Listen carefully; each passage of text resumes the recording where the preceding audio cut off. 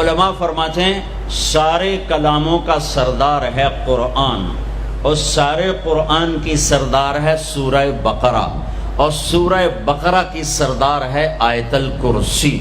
تو آیت الکرسی سارے کائنات کے کلاموں کی سردار ہے کہ اس میں صرف اللہ ہی بول رہا ہے، اور اللہ اپنا ہی تعارف کرا رہا ہے، اور کسی چیز کا تعارف نہیں کرا رہا۔ اللہ اللہ، ایک بات کہوں، خدا نہ کہا کرو، اللہ کہا کرو۔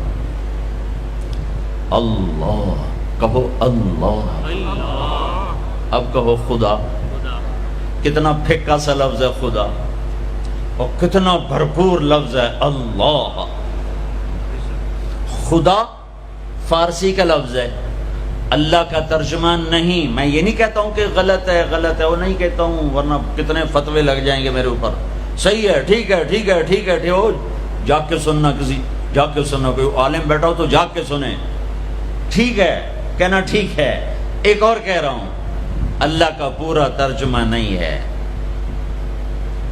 مجھے علم تو آتا نہیں، عربی سے عشق کیا میں نے، اور عربی سے میں نے دل لگایا، تو میں اللہ کے فضل سے پوری بصیرت سے کہہ رہا ہوں، خدا اللہ کا ترجمہ نہیں ہے، گاڈ اللہ کا ترجمہ نہیں ہے، بھگوان اللہ کا ترجمہ نہیں ہے، ایشور اللہ کا ترجمہ نہیں ہے، اور دیوتا اللہ کا ترجمہ نہیں ہے، یزداں اللہ کا ترجمہ نہیں ہے۔ اللہ صرف اللہ ہی سے ادا ہوتا ہے، اللہ صرف اللہ ہی سے ادا ہوتا ہے۔ اللہ کہا کرو، خدا نہ کہا کرو۔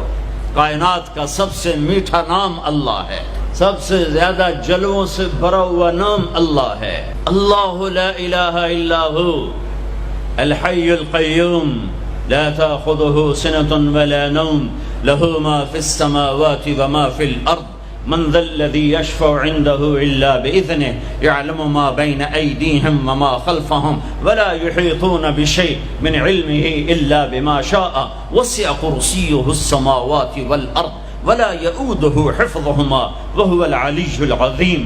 اللہ اللہ، اس آیت میں 17 دفعہ لفظ اللہ آیا ہے، 17 دفعہ، یعنی ظاہر اور چھپا ہوا، اس لیے 17 کہہ رہا ہوں، ظاہر اور چھپا ہوا۔ پھر لفظ اللہ کی خصوصیت، اس میں سے کوئی حرف نکالو مطلب نہیں بدلتا، باقی الفاظ میں سے حرف نکالو مطلب بدل جائے گا۔ میں اپنے نام سے شروع کروں، طارق، اس کا تا ہٹا دو، طارق کا مطلب ہے رات کو آنے والا، جیسے میں آیا ہی رات کو ہوں۔ اس کا تا ہٹا دو تو بن جاتا ہے ارق، ارق کا مطلب ہے بے قرار ہونے والا، اور تا کا الف ہٹا دو تو بن جاتا ہے ترق، ترق کا مطلب ہے کھٹکھٹانے والا۔ کاف ہٹا دو تو طرأ، کسی چیز کا غلبہ ہو جانا۔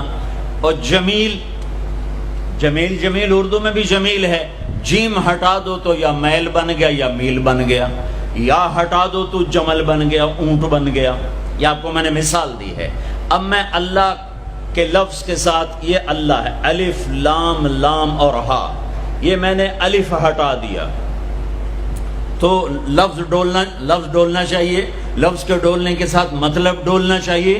تو جب اللہ ہٹا تو پیچھے بچا للہ، تو قرآن نے کہا للہ ما فی السماوات و ما فی الارض، ٹھیک ہو گیا۔ اب میں نے یہ لام ہٹا دیا، پیچھے بچ گیا لہو، اب اور ڈولنا چاہیے، تو قرآن نے کہا لہو ما فی السماوات و ما فی الارض۔